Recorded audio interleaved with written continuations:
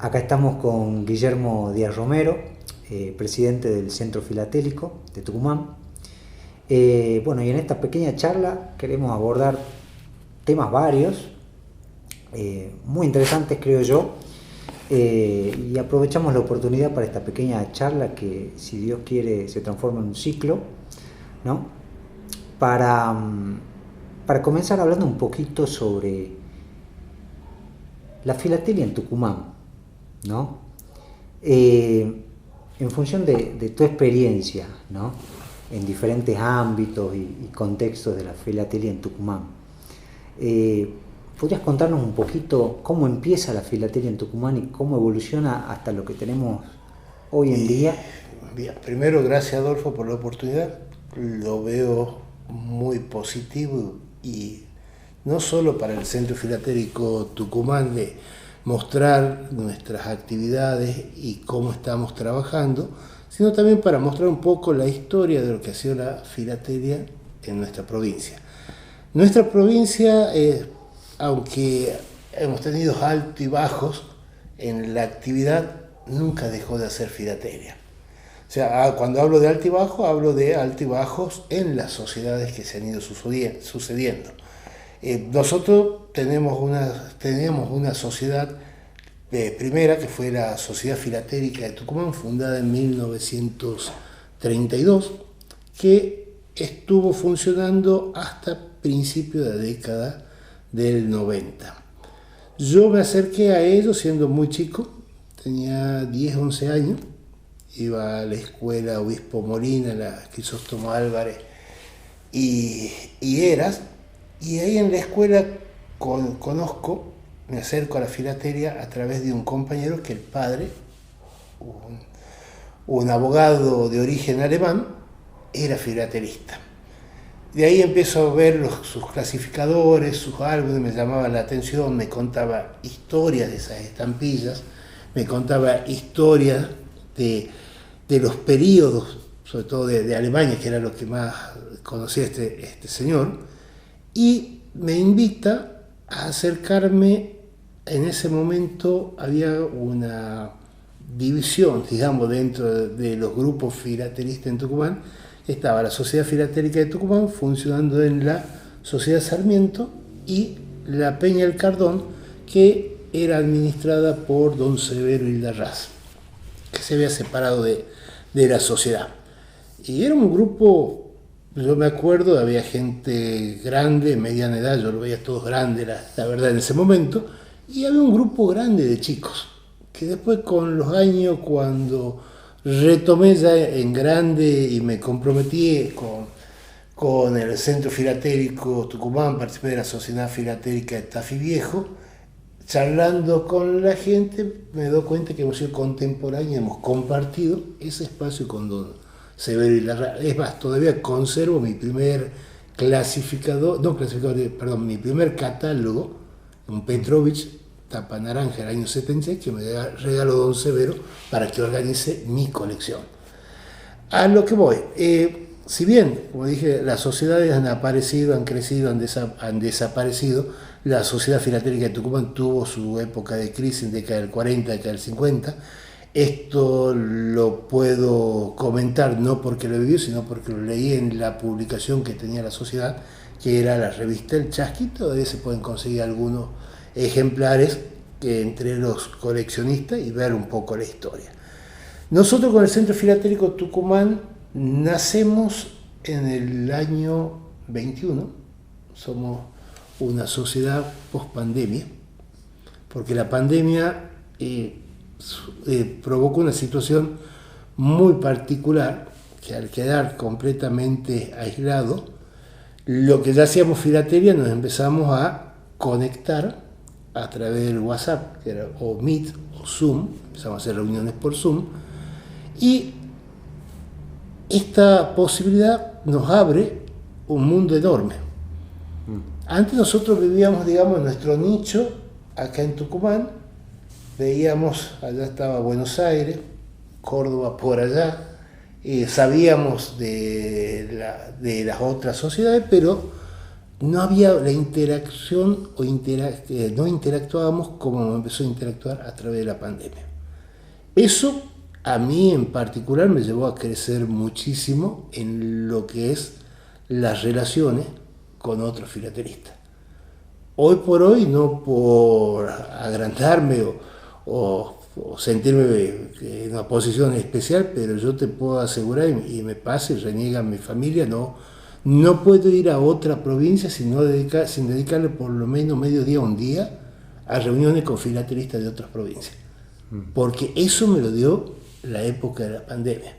Conocer, hoy voy a Salta, yo tengo que perder un día o medio día charlando con la gente de Salta, me pasa en Santiago, en Buenos Aires, y a veces me llevo un día y medio de estar reuniéndome, además de que yo estoy participando en dos entidades filatélicas que son muy importantes a nivel nacional. Una es Aerofila, donde nos dedicamos a todo lo que es el estudio de lo que es la aerofilatelia, los sobres volados, sobre todo de Argentina. Soy primer vocal de la comisión directiva de Aerofila, y también soy vicepresidente de ACFA, que es la Asociación Cronista de Filatelistas de Argentina.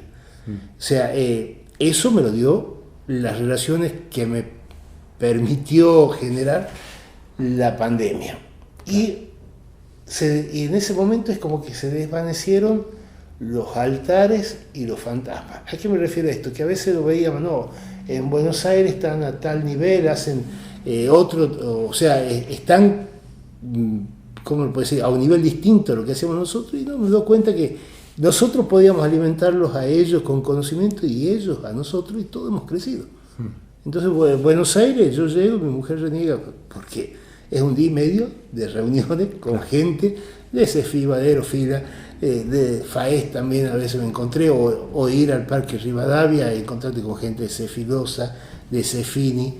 O sea, hay un mundo por atrás que te da también la filatelia, que no es solamente el hobby o el oficio, como hemos hablado en algún momento. Sí. Eso es lo lindo que tiene la filatelia. Y a mí en particular, desde hace 2 años, yo hago más gestión filatélica, lo definiría, que el coleccionismo propiamente dicho. O sea, por una particularidad que temporal que tengo yo, o sea, me cuesta organizar mis colecciones, entonces me dedico más a lo que ha sido la gestión del centro.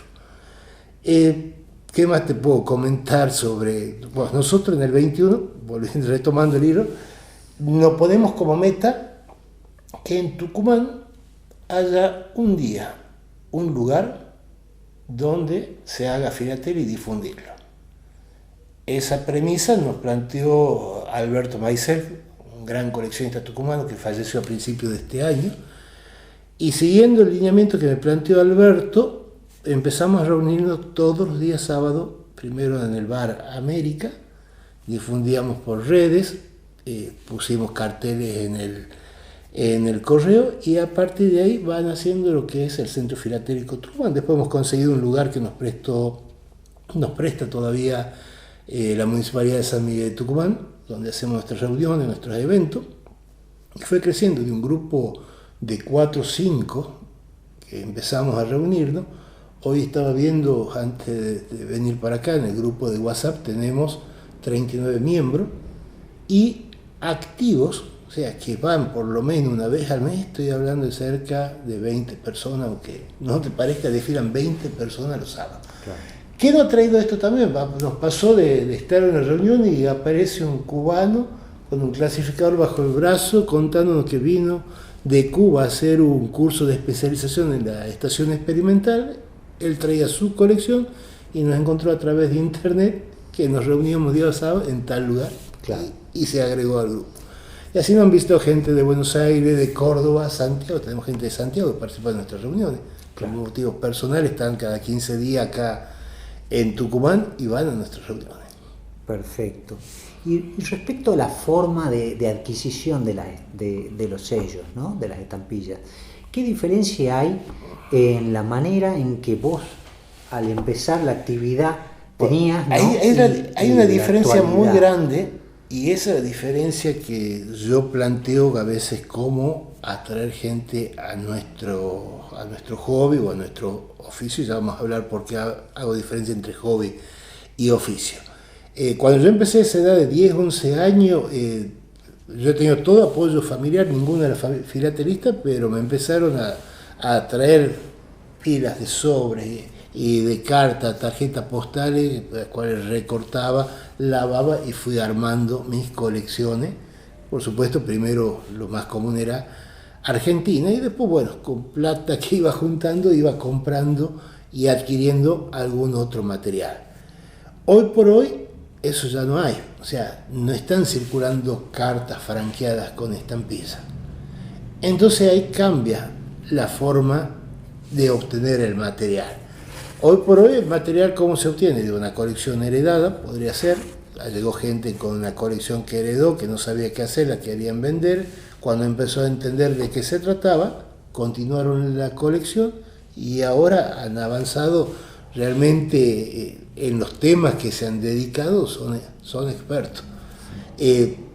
¿Cuál es la diferencia? Antes un chico de 10, 11 años podía iniciar de esa forma.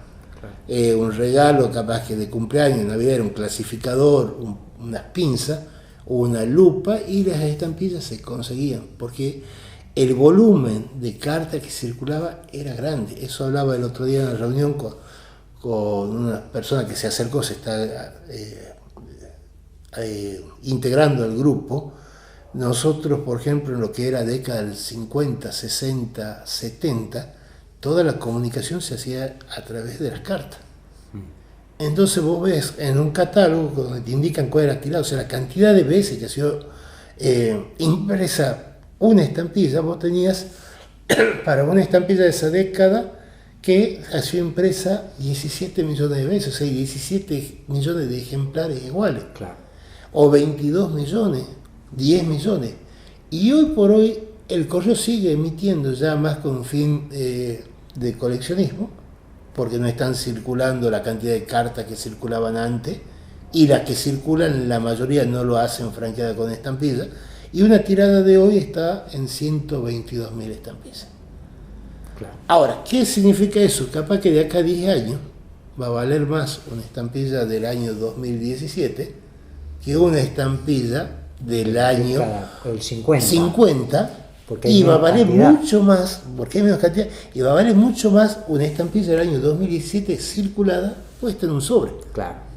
¿Por qué? Porque esa ha cumplido su rol en un momento en que ya no se usa en etiqueta o otras cosas. Donde lo virtual era el medio de comunicación masivo. Exactamente. O sea, entonces, ahí cambia la forma de adquirir el material. Hoy por hoy el material es fácil de adquirir una vez que uno se mete en este mundo. Hay grupos de WhatsApp que hacen subasta, hay subastas por Facebook, hay subastas o venta en Instagram, hay páginas que se compran. El lugar de referencia para nosotros, el interior, cuando viajábamos a Buenos Aires, era ir a la calle Maipú 466, que era una galería que era todo filatelia. Hoy deben quedar menos a la mitad de los locales vendiendo filatelia. Y si vas un día martes, miércoles, lo más seguro es que hayan 2 locales nomás abiertos.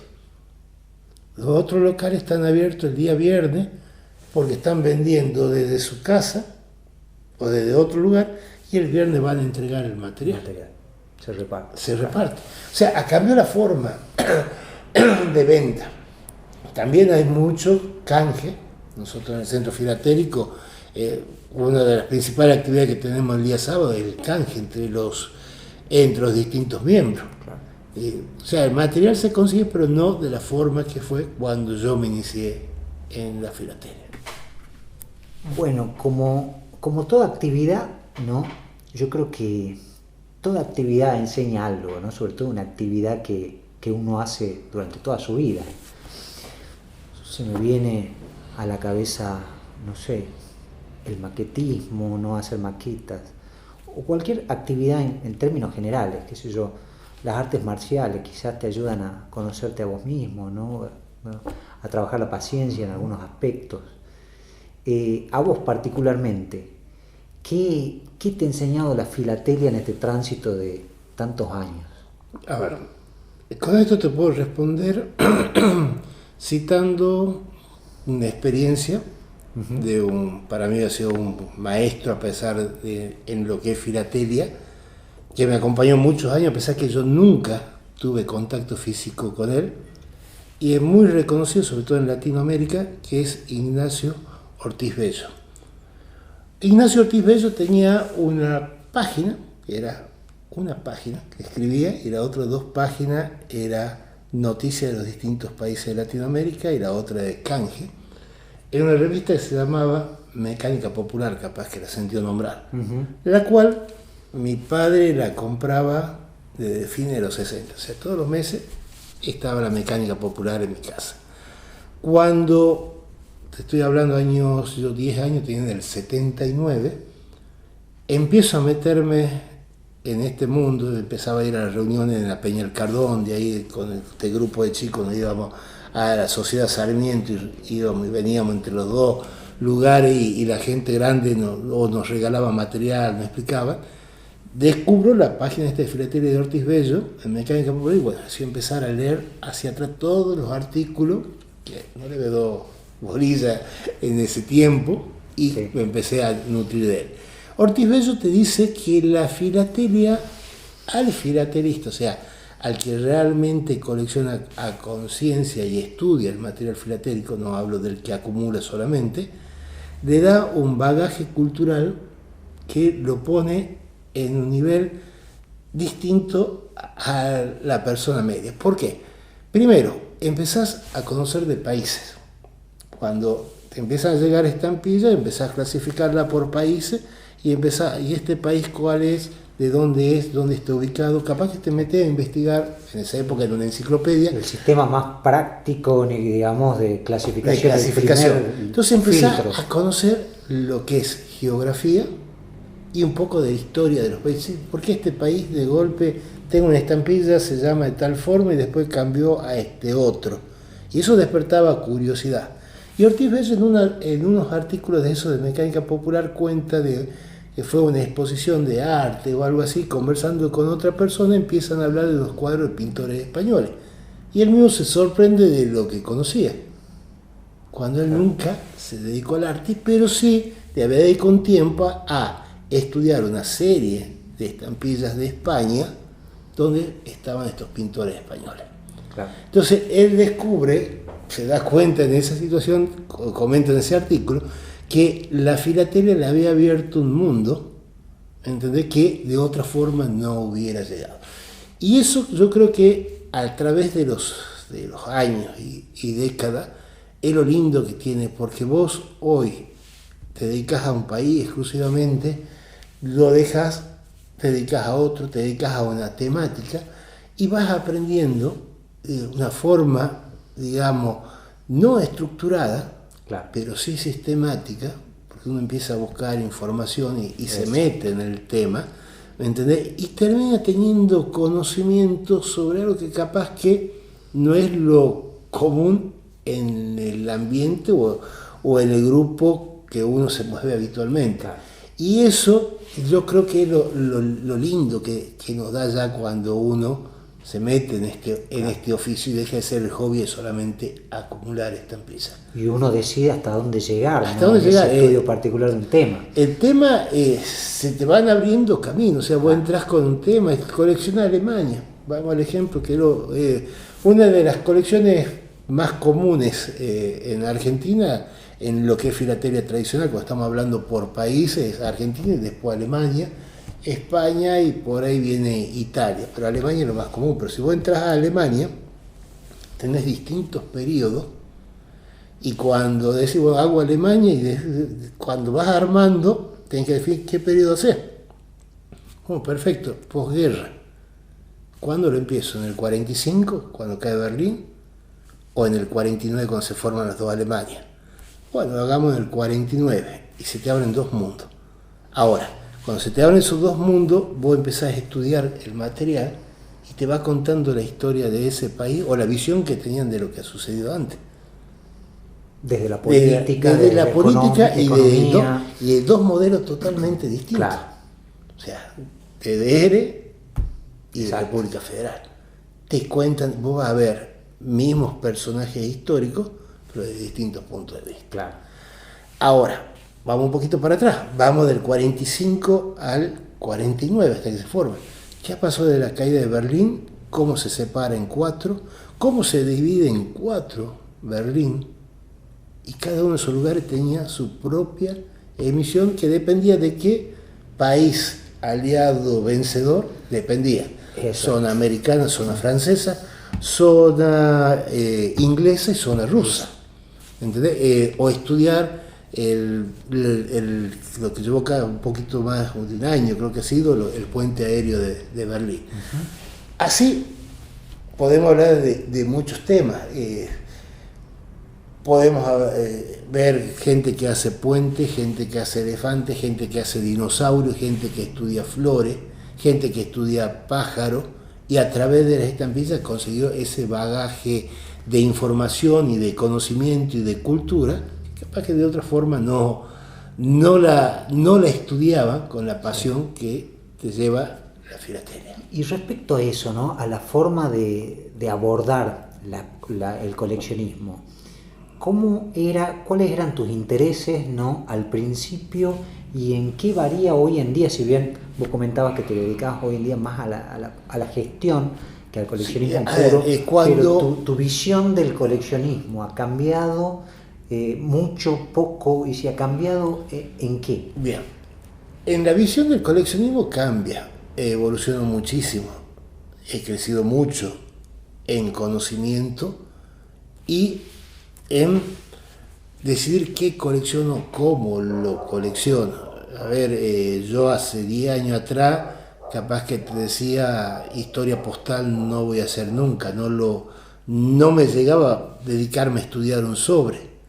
Y sin embargo, desde hace 5 o 6 años, una de mis colecciones principales son los sobres volados, la aerofilatelia argentina, que me llevó a estudiar los distintos periodos. He aprendido cómo se formó Aerolínea Argentina a través del estudio de lo que han sido las empresas mixtas que han funcionado en el país del 45 del 46 al 50 del siglo pasado. O sea, cambia. Cuando era chico era, bueno, llegaba una estampilla a mis manos rara, ¿de qué país es? Una enciclopedia y un diccionario Carten, era así, tapa amarilla, entraba a un diccionario a buscar información, claro. ¿Me entendés? Cambia, la mentalidad mía también ha cambiado, o sea, lo lindo, te digo que por ahí volvemos a ser niños, y eso lo ves vos en las reuniones nuestras, que cuando llega una caja y uno dice, bueno, saquen lo que necesiten, nos abalanzamos como si fuéramos chicos de 10 años a revolver, por más que tengas 50 años coleccionando, igual vas a revolver como si tuvieras 10 años, claro. Y buscando un tesoro dentro de esa caja. Esa parte no cambia, cambia la forma en que uno va estructurando su colección. Antes, a los 10 años, 11, 12, 14 años, incluso hasta te puedo hablar 20 y pico de años, era montarlas en clasificadores. Los clasificadores iban cambiando, hoy los montaba de una forma, pero cambiaba de otra. Yo arrastró, Alemania Federal, la colección que la tengo bastante avanzada. Yo te puedo decir que la empecé en el año 93. Te doy el año exacto, que llegó a mis manos a través de una subasta por correspondencia. Mirá lo que te estoy diciendo. Un clasificador con cerca de 400 estampillas de Alemania Federal. Y a la vez en ese remate, en esa subasta, me vino el clasificador y me vino un catálogo de Alemania. Cuando me pongo a verlo, me doy cuenta que esta persona lo había ordenado en forma cronológica en el orden del catálogo. Entonces, ¿qué fue el paso siguiente? Que ahora no tenía 24 años. Todas las de Alemania Federal que yo tenía en mis cajitas y en mis otros clasificadores, las empecé a poner en los huecos que faltaban. Ese clasificador se convirtió en 3 clasificadores. Y te estoy hablando ya 2004, 2005, armé la primera hoja de un álbum y la empecé a montar en un álbum de esa colección. O sea, va mutando. Claro. ¿Entendés? Uno lo va ahora tenemos muchas más herramientas que antes. Ahora vos una hoja la podés imprimir, le podés dar el diseño que querés, el lugar donde va a estar puesta la estampilla con la leyenda que vos quieras, que antes era mucho más engorroso ese trabajo. ¿Y lo temático, cuándo entra a tu colección, si es que entra a tu colección en algún momento de tu vida? Sí, porque, a ver, ¿cómo te puedo explicar? Hay estampillas que te llaman la atención por lo que te está contando la estampilla. Entonces ahí empieza la parte temática. Yo tengo colecciones de puente, he coleccionado flores en algún momento, vehículos, aviones, ¿entendés? Esas colecciones no las tengo muy estructuradas, pero sí, a ver, este avión de una estampilla rusa, lo veía raro, entonces empecé a estudiar en un sub tanto, número tanto. ¿Qué es sub? El diseñador y fabricante, empecé a investigar, y ese es un avión que es parecido a tal avión, americano por decirte algo. Entonces uno se va metiendo en ese mundo y aprendiendo. Tenés otras colecciones que a mí me gusta mucho lo que es la parte, como usted decía hace un rato, lo que es historia postal, pero lo que es aerofilatelia, o sea, sobres volados. Es muy interesante porque aprendió la historia de lo que ha sido la aviación civil y cómo arrancó con el transporte de correspondencia principalmente. El autor del Principito volaba un avión de Aeroposta llevando saca del correo a lo que era la Patagonia, claro, siguiendo la costa o líneas de telégrafo. Claro. Esa era la importancia que tenía el correo en esa época, era la comunicación. O sea, imagínate, Río Grande o Río Gallego estaban totalmente aislados. Además, ellos partían desde un lugar, no me acuerdo exactamente ahora, si te lo digo te miento, donde llegaba el tren y ahí cargaban y llegaban hasta la Patagonia, claro, hasta abajo. Y el tren después partía hacia Buenos Aires. Claro, es realmente impresionante lo que podés aprender de nuestra historia o de los aviones que han volado, las empresas que han volado. Me estoy circunscribiendo solamente a esa temática, que es lo último que he estado haciendo, pero la temática siempre está presente, y más cuando sos chico. Claro. Y cuando sos chico, lo que eran, sobre todo, mira la época que te hablo, 79, yo tenía 10 años, era una época donde los símbolos nacionales, el ejército estaban muy presentes. Habían unas series que salían todos los años, que vos tenías el Día de la Armada, todos los años sacaban estampillas donde salía un barco, y ese barco tenía algo especial referido a la historia de nuestra patria. Claro. El Día del Ejército tenía los distintos soldados que han estado en la época de la Revolución. Exacto. Entonces era estudiar, o a veces, ¿por qué tiene este uniforme, este soldado, distinto al del año pasado? Entonces, los húsares de Pueyrredón, los infernales de Güemes. Entonces empezás a conocer, y eso capaz que te queda más que lo que te obligaban en el colegio a estudiar de memoria, claro, para rendir, porque uno lo hacía con gusto. Claro. Y si vos pensás en tu colección personal, ¿no? ¿Quién sería el espectador ideal, entre comillas, aunque estamos hablando de una abstracción, ¿no?, de tus colecciones? O sea, ¿pensás que armás una colección en función de alguien que sea necesariamente filatelista, o alguien que sin necesidad de tener un acercamiento a ese ámbito pueda disfrutarlo? Mira, la idea que yo tengo de las colecciones que tengo a medio armar o armada es contar algo. O sea, no hace falta ser filatelista para entender lo que yo tengo armado. Yo tengo estructurada una colección que te puedo dar fecha, capaz que ha sido 6 de julio de 2016, que quedó ahí. Esa colección yo me tomé el trabajo de un libro de historia de la época mía de la secundaria, digitalizarlo, resumirlo e ilustrarlo con material filatélico, donde te relato desde la creación del Virreinato del Río de la Plata hasta que San Martín parte a Europa. O sea, toda la campaña libertadora con matasellos, sobre el primer día, estampilla, bloque. Y mi idea era relatar toda la gesta esa de la independencia, totalmente desestructurada, no cumple con lo que te pide FAEO o la FIP para exponer esa colección, porque mi idea no era exponerla o ganar un premio, era relatar nuestra independencia para una exposición que estábamos organizando con la Sociedad Filatélica de Tafí Viejo por los 200 años de la independencia. Entonces, no está dirigida a un público exquisito o exclusivamente filatélico. ¿Entendés? Y por otro lado le das un toque personal. Y ¿no? le da un toque personal porque, bueno, uno va viendo con qué ilustro, capaz que San Martín tiene un montón y tenés que elegir cuál es el San Martín que vas a poner para cada hecho que vas relatando. Y bueno, eso también me llevó a repasar la historia nuestra y buscar material, buscar información para ir dándole forma a esa colección. Claro. Y esto que se arma, ¿no? Porque toda una vida detrás de consolidar una historia, consolidar un conjunto de elementos, ¿no?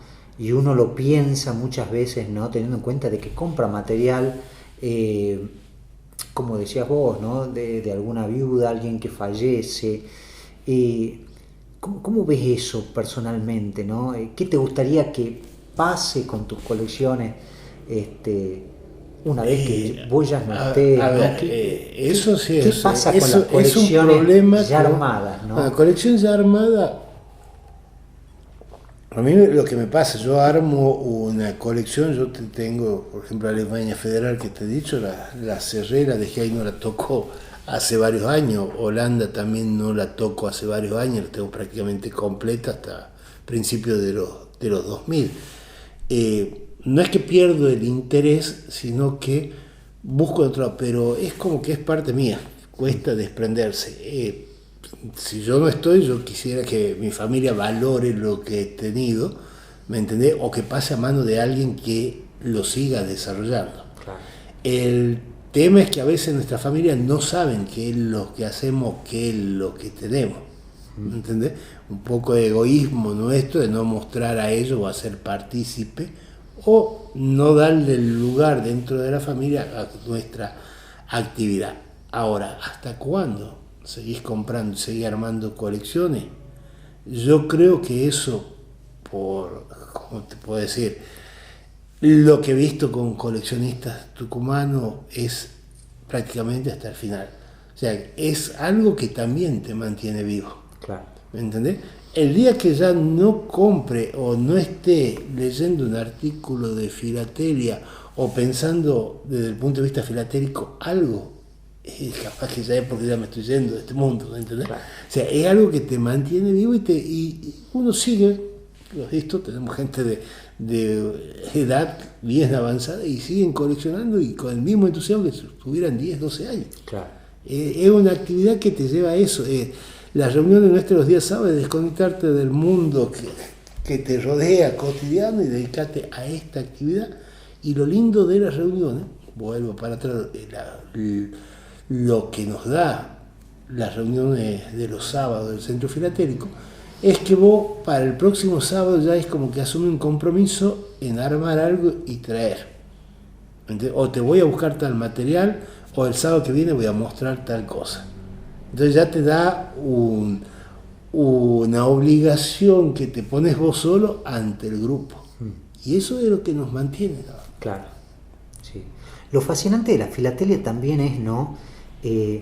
Cómo el valor social del objeto filatélico cambia con el tiempo, ¿no? Porque cuando nacen los sellos postales, tenía un valor concreto, ¿no? Que era el uso a partir de la correspondencia, y eso se va desdibujando lógicamente en función de lo que vos también decías, ¿no?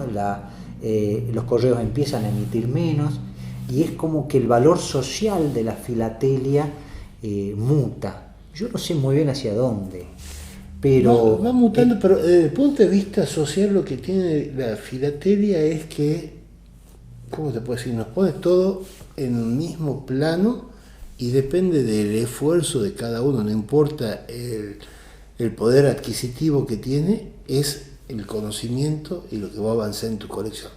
Las colecciones para mí no tienen valor en función del valor de catálogo o la rareza de la pieza. Para mí una colección tiene valor en función de la investigación que puso el filatelista en desarrollar esa colección. Claro. Entonces vos podés agarrar un sobre muy común y estudiarlo y encontrar, no sé, que viajó de acá para allá, de allá lo han devuelto, después ha ido para tal otro lado, o que tiene un error, y armas toda una historia sobre eso. O sea, ese estudio es lo que vale. Y por otro lado, que me ha pasado, no sé si yo puedo comentar, sí, una vez viajo a Mendoza, un tiempo antes, en una subasta, sale un entero postal y lo compra X, y veo que alguien de Mendoza, con el cual yo ya había tenido conversaciones, lo pierde. Y se ve un valor muy alto y no lo valía. Claro. Entonces yo por privado le digo, mira, no te preocupes, yo lo tengo, te lo llevo, estoy de acá a 2 semanas por Mendoza. Entonces quedamos de acuerdo con esta persona y bueno, viajo a Mendoza, le mando un mensaje, ya estoy, la dirección del hotel donde estaba parando, tengo que ir a un control médico ahora, después de tal hora voy a estar, y quedamos, hicimos paso al mediodía. Bien.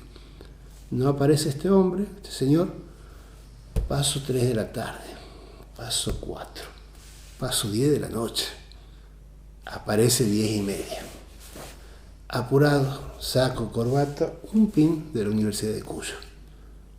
Y me dice, mirá, discúlpame, Guillermo, resulta que estoy con los actos de colación de grado, me dice, pero no te quería fallar, sé que no me lo quieres cobrar, tomate el regalo, este sobre, que tiene que ver con lo que vos coleccionás. Digo, yo lo veía el pin, digo, ¿sos docente? No, en realidad sí soy docente, pero soy el vicerrector y estoy a cargo del rectorado. O sea, tenía frente al rector de la universidad. Claro. Y éramos igual, 2 filatelistas detrás de un cierto material. Claro. ¿Entendés? Eso es lo que nos lleva la filatelia y estrechas vínculos. Y me regaló un sobre que le mandaron a él, con una estampilla interesante, desde Mendoza, al Balseiro cuando él estaba estudiando ahí. O sea, una pieza para mí interesante por la persona que me la ha obsequiado.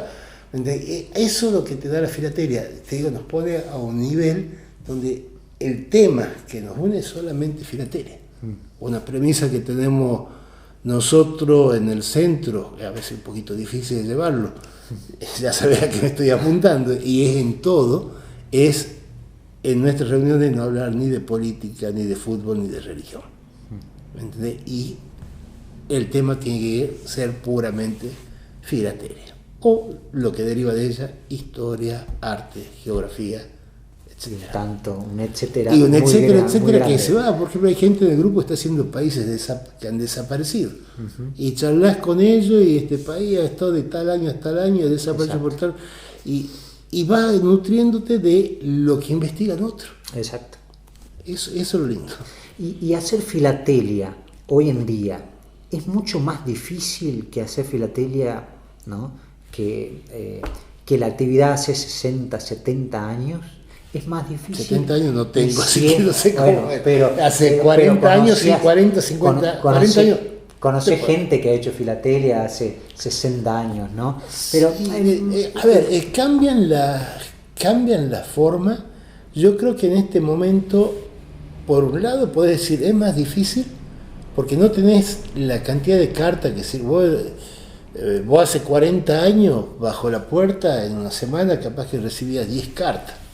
Hasta las boletas te venían en un sobre, claro. Y con estampillos franqueo pagado, te decía, que también eso se colecciona. ¿Entendés? O sea, había muchísimo material y lo tenías por todas partes. En los bancos, cuando te enviaban, venían con sellos. Con Hoy en día no vienen. O ¿no? Las estampillas ministeriales. ¿Entendés? O sea, todo eso te daba un gran material de acceso. Pero ese material era muy común. Claro. Entonces, cuando vos avanzabas, tenías que caer en un comerciante. Y yo te digo, hablemos de fin de los 70, principios de los 80, Tucumán tenías el bazar chino, donde había, digamos, más bien material filatélico, que eran clasificadores, pinzas, algunas lupas y algunas estampillas de esos países abusivos que eran muy lindas, o los colores, las figuritas.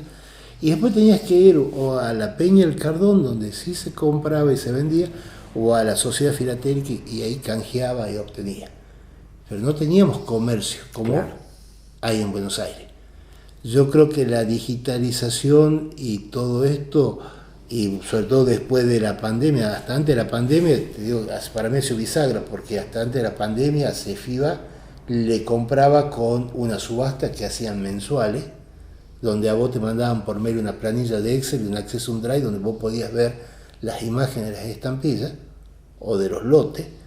Y cuando vienen las pandemias, primero empiezan con la subasta cada 2 días, 3 días, y eso se mantiene hoy, una subasta que va de lunes a sábado. O sea, mirá el movimiento estoy hablando de una de las 40, 50 que existen en este momento. Entonces, el material es fácil de acceder. Tal vez es un poco más oneroso, porque hay que comprarlo ahora. Antes lo tenías bajo la puerta. Y hablando de estampillas argentinas, ¿qué lugar ocupa, ¿no? ¿Qué lugar ocupan los sellos argentinos en tu colección, ¿no? ¿Cómo clasificás, cómo abordás el coleccionismo de los sellos argentinos? Tengo una colección a medio armar, porque la verdad que Argentina sí me gusta, me atrae, pero no he sido metódico en organizarla. La tenía en clasificadores, ya tengo impreso 7 carpetas para montarla, y debo tener montado en sí 2 carpetas y media, no más. ¿Qué lugar ocupa? Para mí, por ejemplo, un sello de la década del 70 o 80 me da mucha nostalgia. O sea, ver, qué sé yo, la estampilla en contra del tabaco, el corazón con el cigarrillo que lo atraviesa, o el cabildo, la casa histórica, la serie. Esa, ¿te acordás que está el cabildo en amarillo, la casa histórica, la rita? O sea, esas eran las estampillas con que yo me nutría cuando estaba empezando, ¿me entendés? Te lleva esa nostalgia que me lleva a esa época. Por otro lado, tenés otra cosa que me produce lo que es el sello argentino, es cuando me puse a desarrollar esa colección donde relato la gesta de emancipación nuestra, y nombro Chile y Perú también. O sea, lo rico que es el material filatélico en la cantidad de próceres, batallas o hechos que están relacionadas con nuestra gesta. Podés aprender historia a través de los sellos. ¿Y pensás la organización en función de un orden cronológico, o tenés temáticas dentro de las estampillas?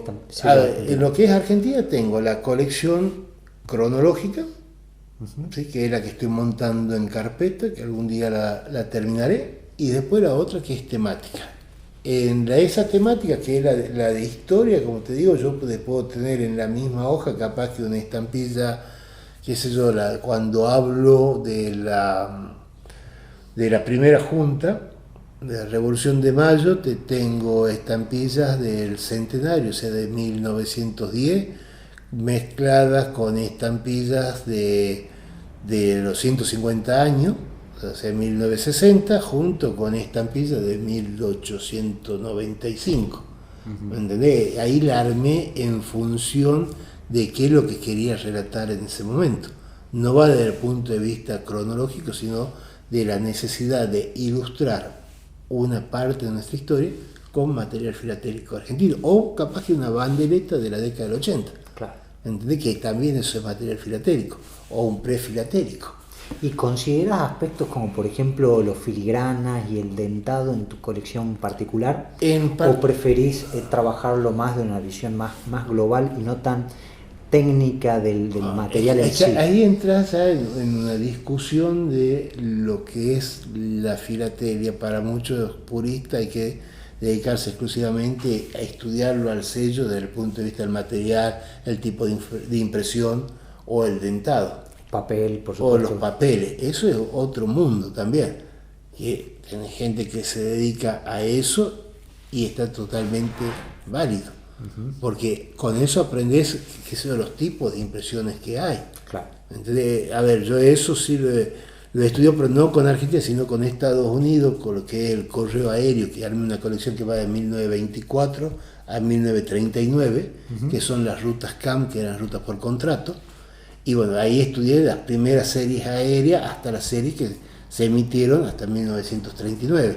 Y en esa colección, cuando voy avanzando, resulta que tenía dos estampillas que parecen iguales, pero eran distintas porque eran distintos métodos de impresión. Entonces me llevó a investigarlo a eso. Pero es otro tipo, o sea, no estoy muy metido en eso lo he hecho por necesidad, me pareció interesante para esta colección que estoy planteando. Y respecto a tus comienzos, ¿no? ¿Hay algo que extrañas en tu forma de coleccionar, ¿no? En la época donde recién empezaba, ¿hay algo que no extrañas y que decís, bueno, esto no lo cambio por nada de la actualidad? Por ponerte un ejemplo, ¿no? Una aplicación en el teléfono que te permite identificar por catálogo. Yo creo que es una facilidad bastante grande. Es una facilidad que la tenemos ahora, pero a ver, yo no cambiaría cómo me inicié, porque eso me llevó a un proceso de investigación y lectura, imagínate, 10, 11 años, tratando de buscar, qué sé yo, Ceilán. Ceilán existía todavía en esa época, todavía cambió el nombre, Sri Lanka. ¿Dónde lo busco? Entonces, no tenía un teléfono donde vos vas a poner en Google Ceilán y te va a decir, una isla, bla, bla, bla. No, agarrá, entrá a un diccionario, el diccionario te decía algo, bueno, con eso capaz que te ibas a una enciclopedia, te llevaba a un proceso de investigación que yo creo para un chico, un niño de 10, 11 años, era bueno, no solamente te mantenía ocupado, sino que te enseñaba cómo buscar y cómo investigar. Claro. ¿Entendés? Eso no lo cambiaría. Y capaz que sí, me llevaba un tiempo que no hacía otro tipo de actividades más común para un chico de esa edad, pero de forma autodidacta. Pero de forma autodidacta me llevaba y bueno, iba adquiriendo conocimientos que para mí eran importantes en ese momento. Y que eso lo he adquirido y lo uso a través de la vida. Claro. ¿Entendés? Eso no lo extraño, yo creo que me gusta eso. O sea, eso no va a volver. El avance de lo digital, de Internet, Google, inteligencia artificial, hoy agarrás, antes vos agarrabas a esperar llegar un domingo porque tenía una estampilla que era un sobrecito que había comprado de 100 estampillas mundial y no sabía de dónde era. Claro. Entonces preguntaban, te daban una guía, buscarlo en el Iber y agarraba un catálogo el Iber, blanco y negro, así cada tomo, claro.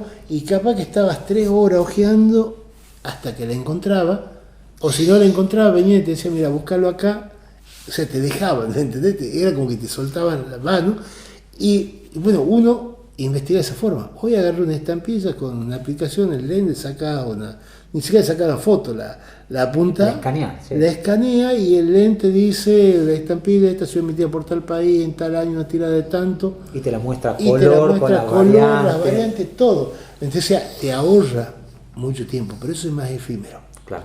Y cuando es efímero la forma en que lográs la información, me doy cuenta que también es efímero lo que te queda. Claro. ¿A qué me refiero? Que capaz que antes una reunión de la Peña del Cardón habías investigado 2 series, 4 estampillas en el catálogo y eso te quedaba grabado. Hoy capaz que en una reunión nuestra has escañado 50 estampillas, has dicho desde acá, desde allá, las ayudó a otros coleccionistas, pero se te va.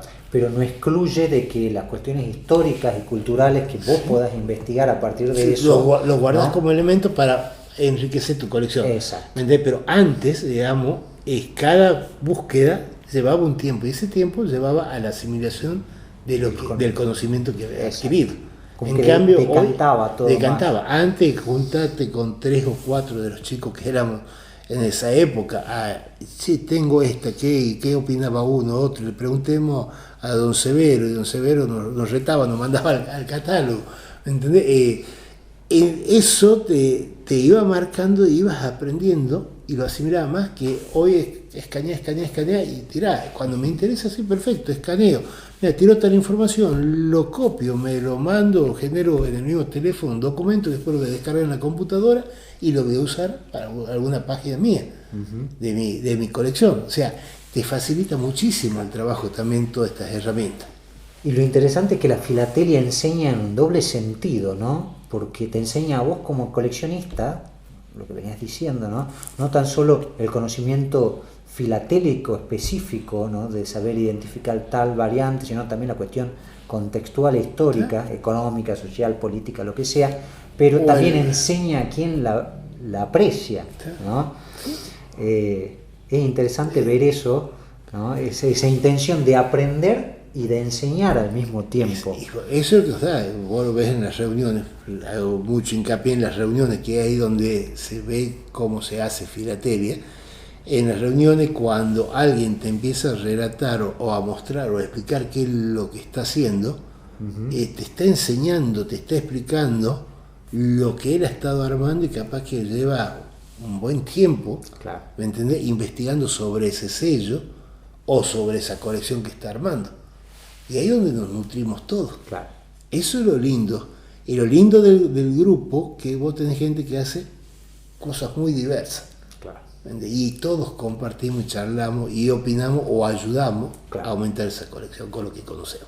Claro. Eso es la filatelia. Bueno, me quedo sin preguntas. Desde ya, bueno, es un gustazo compartir esto. La verdad que son temas, yo creo que son temas importantes para charlar, porque, ¿no? es como aprender a pensar la filatelia, ¿no? No solamente la cuestión de hacer filatelia, organizar, sino cómo se la piensa, ¿no? Con esta cuestión de idea de enseñar, de aprender, ¿no? Y con esta idea bastante interesante, ¿no? de saber entender que las prácticas cambian, ¿no? Y cómo nosotros podemos enriquecernos de ese cambio. Así que bueno, por mi parte, agradecerte, un gustazo tomarnos gracias el café, Adolfo. Que no está acá el café, pero ya lo hemos tomado.